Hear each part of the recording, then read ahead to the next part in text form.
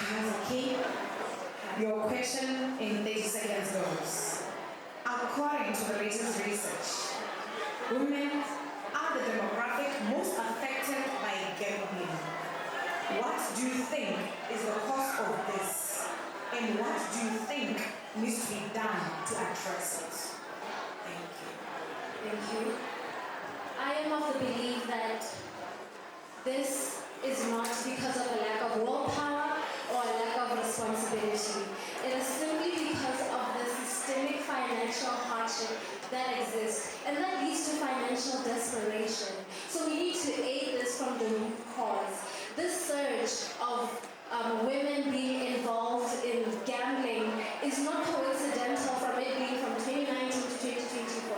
It is not coincidental. So I believe that awareness alone is not enough. We need to implement serious mechanisms to really uproot the problem.